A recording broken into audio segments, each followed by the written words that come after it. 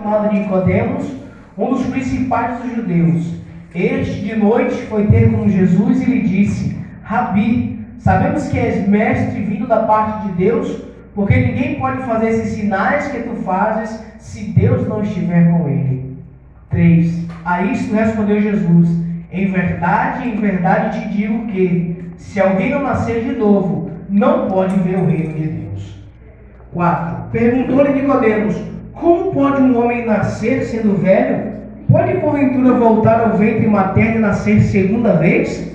Respondeu Jesus: em verdade te digo, quem não nascer da água e do Espírito não pode entrar no reino de Deus. Versículo 6. O que é nascido da carne é carne, e o que é nascido do Espírito é Espírito. Não te admires de eu te dizer: importa-vos nascer de novo.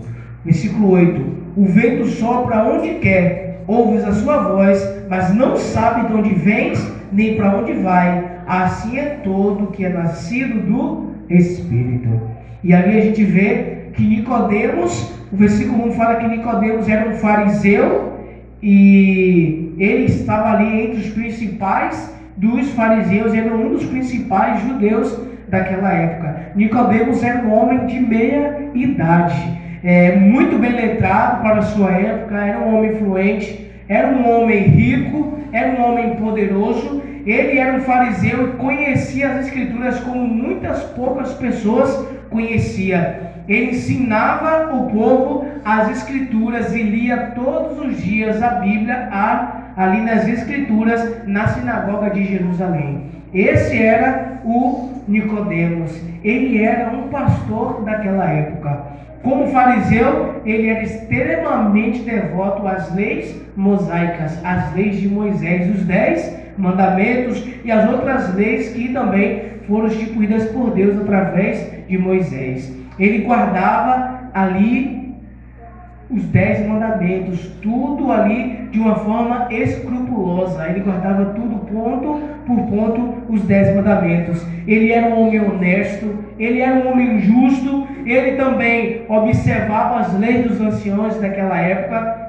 Ele seguia as 33 observâncias do sábado que os judeus tinham, ali, e até dizimava o vinho, a hortelã e o cominho, que era um tipo de dízimo que eles estipulavam ali para se doar. Então a gente vê que nos parâmetros da religiosidade, Nicodemos era um homem salvo. Se a gente olhar para a vida de Nicodemos, a gente vê um homem sem pecado, um homem a ser seguido, um homem a ser admirado. Assim era aquele homem Nicodemos. Nicodemos sacrificava também ali seu cordeiro, todos os dias lá no santuário, lá no templo de Jerusalém. Ele era reconhecido por todos como um homem de Deus. Quem não queria ser como Nicodemos naquela época? Mas atrás daquela capa de santidade que Nicodemos apresentava e que Nicodemos levava, havia o quê? Havia ali um homem que precisava de alguma coisa. Nicodemos, por trás daquela capa de santidade, por trás daquele homem santo, daquele homem bom, daquele homem admirado por todos na sinagoga e por toda a população de Jerusalém, ele precisava de alguma coisa. Ele não tinha um caráter corrupto, ele não tinha um sentido de malandragem, como a gente vê falar, de querer roubar as pessoas, como a gente vê a história ali de muitos fariseus e também ali de muitos sacerdotes que tiveram ali no templo, que eles roubavam das pessoas que não tinham, das pessoas carentes. Mas ele tinha um coração triste e muito frustrado em relação ao pecado. Ele se sentia um homem muito pecador. Ele se sentia um homem frustrado por causa dos seus pecados. E tudo aquilo que ele possuía não lhe trazia paz. Assim como muitas pessoas hoje em dia têm de tudo, mas não têm a paz. Do que adianta você ter tudo e não ter paz? É melhor que você não tivesse nada e obtivesse a paz. Então Nicodemos tinha tudo, era um homem rico, poderoso, um homem fluente, um homem de palavra, um homem de autoridade. Ele tinha tudo que nós sonhamos hoje ter. Na nossa época, nós sonhamos em ter um carro bom, uma casa boa, uma família boa, né, bem estruturada. Porém, Nicodemos tinha tudo isso de bom naquela época, mas não tinha a paz. Então, precisando encontrar a paz, ele foi encontrar-se com Jesus. Ele era um homem extremamente infeliz. Ele vivia ali, ele era extremamente infeliz. Tudo aquilo que ele possuía não lhe trazia paz. Havia algo muito forte dentro de si que atormentava ele de dia e de noite. E ele abominava aquela confusão dos vendedores ali no templo. Vocês lembram quando Jesus foi no templo lá? Já existia aquilo muito antes. E Nicodemos não se sentia bem quando ele via aquele comércio na frente do templo, no pátio do templo. Ele não se sentia bem. Ele achava que aquilo ali era uma coisa muito ruim para Deus e para as pessoas também. Então, muito obrigado. Ele não se sentia satisfeito com aquela situação no templo de Jerusalém. Mas ele esperava que alguém aparecesse, uma autoridade maior aparecesse para resolver aquela questão daquela comercialização nos pátios do templo. E quem apareceu? Jesus Cristo, o jovem Galileu, apareceu e entrou naquele recinto sagrado e simplesmente expulsou toda aquelas pessoas, toda aquela carga de vendedores. Incrível foi que ninguém ousou enfrentar Jesus. Jesus estava com toda autoridade naquele momento. Aquele jovem desconhecido por muitos, aquele jovem Galileu, chegou com tanta autoridade que ninguém ousou enfrentar ou bater de frente com Jesus. Todos aqueles vendedores comerciantes fizeram o quê? Saíram correndo dali com medo ali de Jesus, com medo das palavras de Jesus. E Jesus expulsou todas aquelas pessoas. E Nicodemo, ao contemplar Jesus fazendo aquilo, sabe o que Nicodemo sentiu? Sentiu a vontade de conhecer mais sobre Jesus. Ele sentiu vontade de estudar mais sobre a vida de Jesus e conhecer quem era aquele que tinha autoridade de expulsar os vendedores, os cambistas da casa de Deus, do templo de Deus.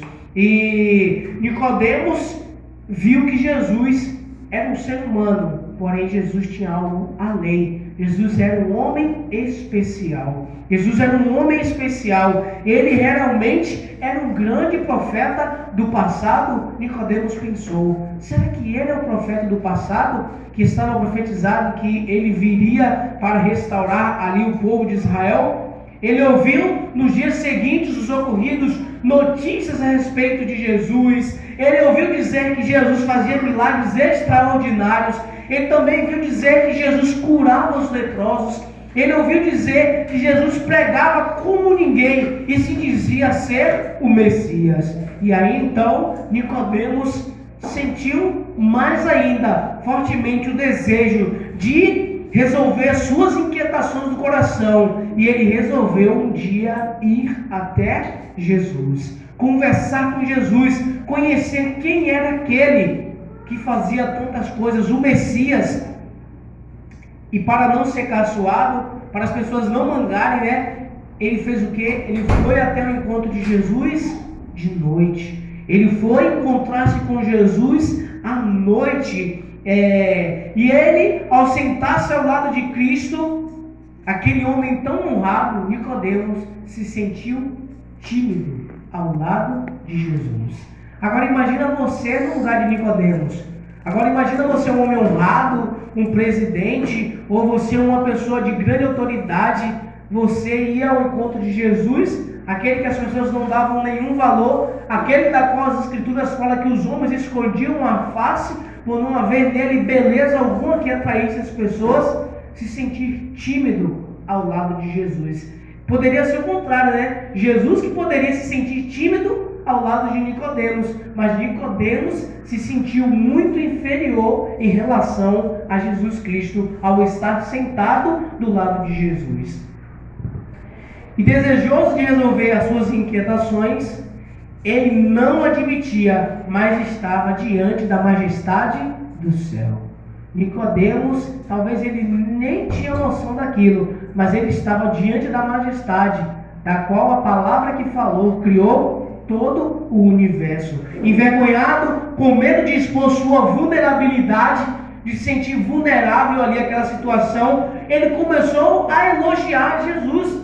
Se você ler aí nas Escrituras, ele perguntou, como pode ele perguntou aí, Rabi, sabemos que és mestre vindo da parte de Deus, porque ninguém pode fazer esses sinais que tu fazes se Deus não estiver com ele. Aí no versículo 2, você vê que ele já começa elogiando Jesus, porque ele estava vulnerável naquele momento. E quando às vezes nós estamos vulneráveis, nós começamos a quê? A mostrar, a querer elogiar, ou querer sair daquela situação. E Nicodemos queria se livrar daquela situação, porque ele se sentia tímido, vulnerável, ele se sentia ali incapacitado. Mas ele então começa a elogiar Jesus, e ele começa a falar: Rabi, sabemos que tu és mestre. E mestre era uma posição muito elevada ante aquela situação, aquela sociedade. Rabi, mestre, eram só as pessoas que ensinavam nas sinagogas. E Nicodemos começa a elogiar Jesus e diz que Jesus era aquele que veio da parte de Deus, porque ninguém poderia fazer os milagres que Jesus fez se não viesse da parte de Deus. Mas Jesus não perdeu tempo. Jesus sabia por que Nicodemos estava ali. Da mesma forma, Jesus sabe por que você está aqui. Jesus sabia por que Nicodemos estava ali. E Nicodemos tentando fugir da situação, Jesus então vai direto ao ponto. Porque Jesus não gostava e Jesus não gosta de perder tempo. Porque tempo, para ele, é salvação de vidas.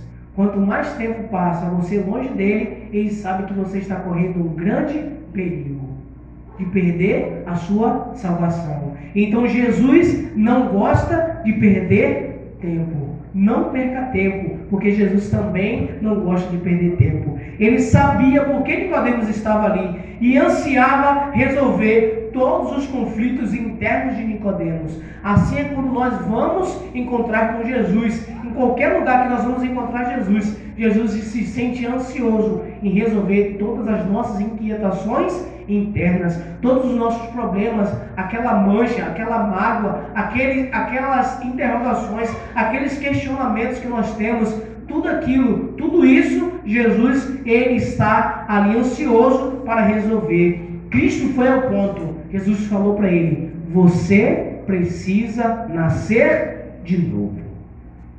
Imagina, você está conversando uma coisa e de repente Jesus lança isso aqui: você precisa nascer de novo. Eu sei porque você é infeliz, porque você é um pecador. Todos os seres humanos são pecadores. Por isso, muitas vezes, nós somos infelizes. Mas vocês, hebreus, Jesus está falando, mais ainda fariseus, acham que essa questão já é passada. Por quê? Porque vocês são filhos de Abraão. E ainda separados do povo, já estão longe da influência do pecado. Mas este é o erro que está na base de vossa infelicidade. Jesus então diz para Nicodemos: sabe qual é o erro de vocês, fariseus e judeus? Porque vocês acham que estão acima dos outros. Vocês acham que o que vocês fazem, todos os rituais e tudo que vocês fazem, vocês não têm mais pecado nenhum. Vocês estão acima das outras pessoas que ainda não são filhos de Abraão. Mas todos os seres humanos são pecadores por natureza. Nasceram assim. Não tem como. Todo mundo nasceu assim, independente do que você faça, do que nós fazemos aqui para Deus, ou do quanto nós lutamos. Nós somos pecadores e vamos pecar todos os dias, porque essa é a nossa condição humana, pecadores, pessoas falíveis. O erro pode estar a qualquer momento. Nós erramos palavra, pensamento, ação, tudo nós erramos, porque nós somos pecadores. E o que o pecado faz com a gente? O pecado torna a gente culpado. Você se sente culpado. Por que eu fiz isso? Por que eu fiz aquilo? Por que eu falei isso? Por que eu pensei aquilo? Por que eu agi assim? Então, aquilo Nicodemos também sentia. O que nós sentimos hoje é o mesmo sentimento de Nicodemos. Ele pensava que por ele fazer aquilo, ele ficaria sem pecado. Porém, o pecado estava nele e ele se sentia triste, porque mesmo ele fazendo tudo o que ele fazia, ele ainda cometia pecados. Agora, nós entendemos que pecado é questão de hereditariedade, uma coisa que vem do DNA, o código que determina o funcionamento do corpo. Já nascemos com tudo determinado dentro do DNA, que doenças nós desenvolveremos também, está no nosso DNA, como o câncer. O câncer é nome dado de forma de um tumor maligno, né? A palavra vem do latim câncer, que significa caranguejo. Você sabia disso? Que a palavra câncer significa que vem do caranguejo, do latim, e ali, né, esse nome se deve à semelhança entre as pernas dos crustáceos e os tentáculos do tumor que se infiltram nos tecidos sadios do corpo. Os tumores se desenvolvem como certas células do organismo se multiplicam de maneira descontroladas em virtude de uma anormalidade nos genes. Forma-se então um núcleo celular sólido e uma rede de vasos sanguíneos para sustentá-los através das correntes sanguíneas ou linfática. As células malignas atingem outros órgãos e originam-se tumores novos e o processo conhecido como metástase, né? É isso aí. E aí, em geral, o câncer é uma doença de longa evolução, até atingir o tamanho aproximado de uma azeitona, que então, a pessoa costuma-se a detectar um câncer quando ele está do tamanho de uma azeitona. Mas, existe também aí, né, os fulminantes, como foi o caso do cantor Leandro, né? Com 3 meses ele morreu, da dupla Leandro e Leonardo, né? Com 3 meses ele morreu. Existem mais de 100 tipos de câncer. Cerca de 90% deles são curáveis e se diagnosticados precocemente e tratados de maneira correta. Então, só 10% fica aí, né, com a falência, mas 90%, se você diagnosticar precocemente o câncer, você consegue aí ser tratado e ser curado. Segundo a organização, a OMS, a Organização Mundial da Saúde, em 1996, mais de 6 milhões de pessoas morreram de câncer em todo o mundo e cerca de 10 milhões de novos casos foram diagnosticados. Até 2020, o nosso ano, né? Essa pesquisa foi feita em 96, até o nosso ano que nós estamos, 2020, pelo menos 15 milhões de pessoas devem desenvolver essa doença.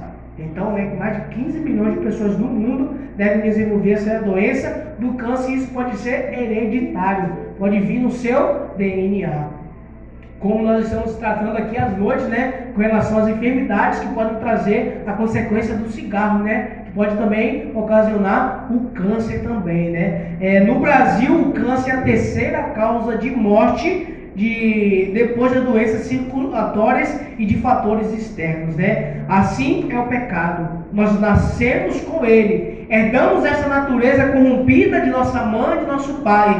É difícil imaginar que uma criança de 1 ano, tão linda e graciosa, seja um grande pecador, né? E muitas pessoas não aceitam que a criança já tem consciência que já é um pecador. Muitas pessoas não conseguem aí, né, aceitar que as crianças já nascem com essa corrupção neles. Isso foi herdado dos pais, das nossas mães também. E como isso foi aparecer dentro de nós? Alguém colocou isso na gente? Essa doença, o pecado, alguém colocou isso na gente? Nós somos como a goiaba, sabia? O pêssego, a manga, a laranja. O bicho que há nessas frutas nascem dentro delas. Eles não nascem fora e entram dentro da fruta. Já pararam para perceber? Quem foi que botou lá o bicho, né, dentro da goiaba, dentro da manga? Sabe o que acontece? As moscas perfuram a casca das frutas maduras e lá depositam os ovos, que se transformam em larvas, e estas se alimentam da própria fruta até deixarem o interior da fruta e caírem no chão. E isso aí então o que ocasiona ali apodrecer o fruto, o bicho penetrar ali dentro do fruto. Mesma coisa foi nós. Ninguém colocou o pecado na gente. Nós herdamos esse pecado é uma coisa que já nascemos sabendo fazer. O que a gente nasceu sabendo fazer não foi nem ler, nem falar, nem escrever. O chorar, a gente já nasceu sabendo fazer. Chorar, a gente já nasceu chorando. Outra coisa, pecar. Nós já nascemos sabendo como pecar. Porque uma criança é egoísta desde o momento que ela nasce. A chupeta é só dela, o brinquedo é só dela. Vai tomar o brinquedo de uma criança e dar para outra criança para você ver ali a briga, como está formada. Então, o pecado, o egoísmo, a corrupção já está dentro de cada um de nós, já nascemos com isso. E Nicodemos tinha isso também nele. Mas nós tentamos nos desfazer, nos livrar do pecado, assim que percebemos ele em nossa vida. Mas adianta alguma coisa? A gente tentar se livrar do pecado por nossas próprias forças, por nossas próprias vontades? Não adianta. Uma ilustração também é os cães. Existem vários tipos de cães. Tem cães bonitos, né? Tem muitos cachorros bonitos, né? Muitos cães bonitos de todos os tipos. Pitbull, tem um monte de raça de cães, né? De raças incrementadas, os famosos vira-latas. Alguns se destacam por seus pelos lindos, né? Ali, alguns chachau ali, né? Tem os pelos lindos e tal. Outros pelo focinho charmoso, né? Com cores diferentes, branca. Outros com seus olhos, né? Bonitos também. A aerodinâmica arrojada, né? Como ali aqueles animais que são musculosos também. E há outros ainda por sua velocidade e agilidade, aqueles cães de corrida, né? Que eles botam ali para disputar nas baias também. Mas uma coisa é comum entre todos esses cães. Alguém sabe o que é comum entre todos esses cães? O faro? O que é comum entre todos esses animais? Sabe o que é? As pulgas. Pulgas. É comum em todos os animais. Há mais de 1000 espécies de pulgas diferentes. Isso você sabia? Há mais de 1000 espécies de pulgas diferentes.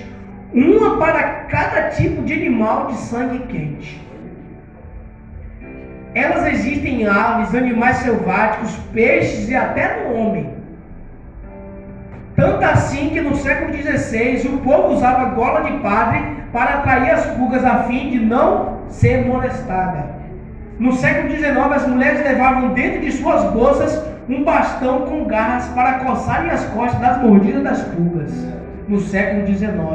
Mas hoje não é tão comum as pulgas entre os humanos, elas ficaram mesmo para os cachorros. Interessante, portanto, é ver um cão ou um gato atormentado pelas pulgas. Ele está comendo ali, mas se a pulga deu uma coçadinha ali nele, ele tenta se livrar a qualquer custo, mas vai adiantar alguma coisa? Não vai, porque ela está lá dentro do pelo, penetrado lá, né, a pulga. Então a mesma coisa, a gente tentar se livrar do pecado por nossa conta própria. Nós não vamos conseguir, porque existe pecado para todo tipo de ser humano. Talvez aqui para você seja um ponto de pecado, um start para o pecado, para o outro não seja. Talvez aqui para você seja uma coisa boba, para o outro é um ponto de pecado. Então existe pecado para todo tipo de pessoa. E tentar se livrar por conta própria não vai adiantar nada. O pior ainda, nós cristãos achamos que a religião é a solução para o nosso maior mal, para o pecado. Nós vamos à igreja, nos envolvemos com as atividades religiosas, guardamos a lei divina, os costumes religiosos. Isso adianta alguma coisa? Não adianta nada. Porque assim como um ímpio, uma pessoa que está lá fora pode se perder, um pastor que está aqui dentro também pode se perder. Assim como eu que estou falando aqui posso me perder, uma pessoa que também não tem nada a ver com Deus também pode se perder. Então não adianta nada do que eu faço, tudo do que eu faço aqui eu consegui me salvar. Era essa enorme frustração de Nicodemos, e Jesus concordou que ela existe mesmo. Essa questão do pecado existe mesmo, e você se sentir triste porque você pecou, isso é normal. Jesus também disse que isso acontecia, e isso acontece com a gente. A vida de um lago. Você já imaginaram ali a vida de um lago? Quando chove, forma aquele lago e ali cria a vegetação ao redor, as plantas, as árvores crescem, os animais, e cria-se aquele ambiente lindo e harmonioso. Mas depois de repente vai secando, as árvores secam, os animais têm que migrar para outro lugar e ali tudo morre. A mesma coisa é com a gente. O rato é a pior praga da humanidade. É considerado aí a pior praga da humanidade. E o rato vive em toda parte do planeta. Todo planeta existe rato. De preferência nas zonas temperadas, Nas zonas temperadas, come o mesmo alimento que o homem, principalmente o arroz. O rato gosta muito de arroz. E viaja em qualquer meio de transporte. O rato viaja no avião, o rato viaja no trem, o rato viaja no submarino, o rato está em todos os lugares. O grande problema é que abriga piolho e pulgas e transmite peste bubônica e tifoide, o tifo, Se comermos alimentos que eles roeram, podemos adquirir doenças mortais como espiroquitose e o verme da tranquina. O rato é tão terrível que por andar em bandos, ele pode acabar com o alimento de cidades inteiras. O rato, rói chumbo, cimento e alumínio. Corda é o que ele mais gosta, Queijo, então, até fio, qualquer coisa, até cimento o rato rói. Chumbo, imagina só, o rato rói até chumbo. Alumínio, ele também consegue roer. O rato é uma praga e alastra-se. O rato roeu o filho da máquina de casa, para sair água, o rato comeu. O carro de Daniel pegava. O rato comeu também a associação do carro de tudo, Então, o rato é terrível e alastra-se em pouquíssimo tempo, pois sua reprodução é quase que imediata. Na China, há 350 ratos para cada uma pessoa. Em Campinas, aqui no Brasil, em Campinas, 5 ratos para uma pessoa, por um habitante. O maior rato do mundo foi encontrado no rio Tietê. Quando você pesquisa lá na internet, o maior rato do mundo foi encontrado em São Paulo, no rio Tietê.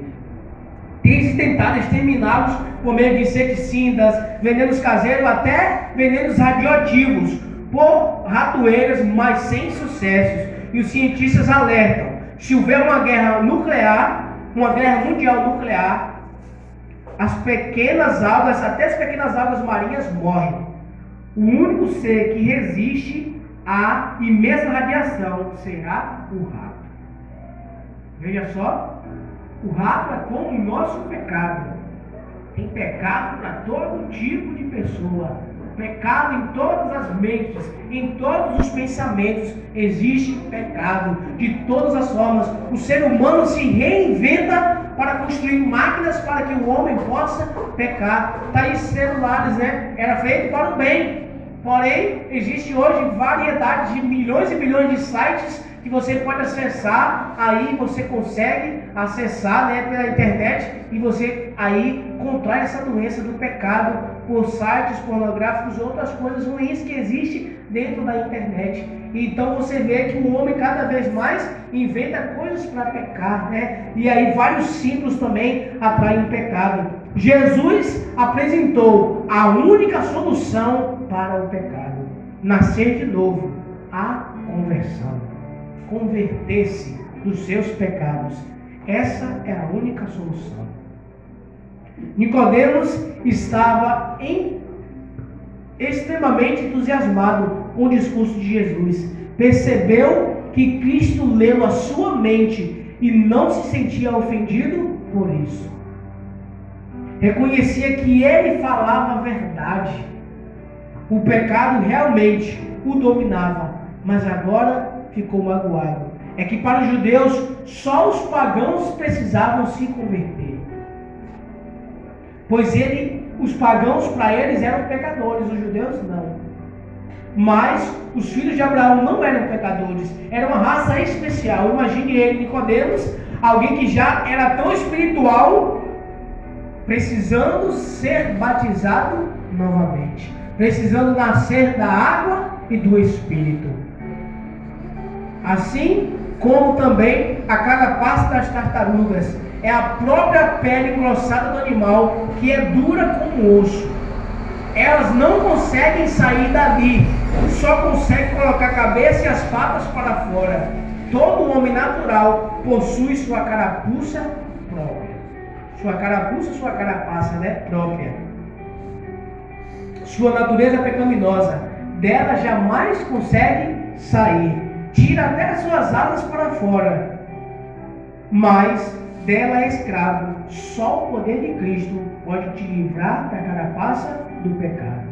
Então, só Cristo Jesus pode te livrar da condenação do pecado. Nicodemos então pensou: ora, terei eu que voltar à barriga da minha mãe e nascer de novo? Não é? Jesus falou. Se Jesus falar assim: você precisa nascer de novo, você ia pensar o quê? Eu já sou uma pessoa religiosa, eu já fui batizado, já tenho todos os cumprimentos da lei, já fui escolhido, raça eleita, eu nascer de novo só se for da barriga da minha mãe. E Nicodemos falou: eu preciso nascer de novo. Como que pode um homem de idade, um homem velho, nascer de novo? Isto é impossível. Mas Jesus não perdeu tempo novamente, e com uma pergunta tão sem propósito que Nicodemos fez, ele apresentou como ocorre o novo nascimento. O nascimento biológico ocorre através dos espermatozoides, não é isso?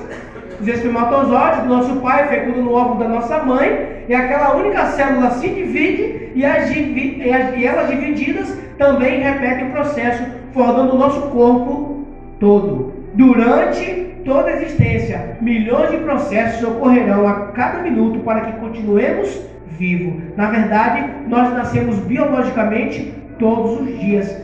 Basta ver que cada 5 meses, em média, todo o nosso corpo troca as suas velhas células por novas mais capazes de realizar o trabalho necessário. Realmente, não somos a mesma pessoa hoje que fomos ontem de manhã.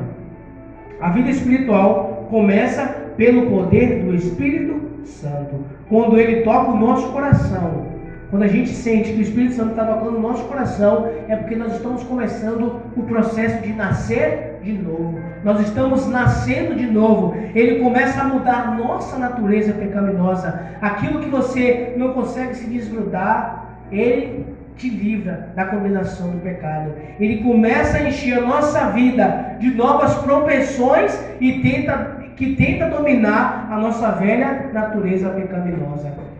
Assim como as ondas do rádio, que são transmitidas por todos os lugares,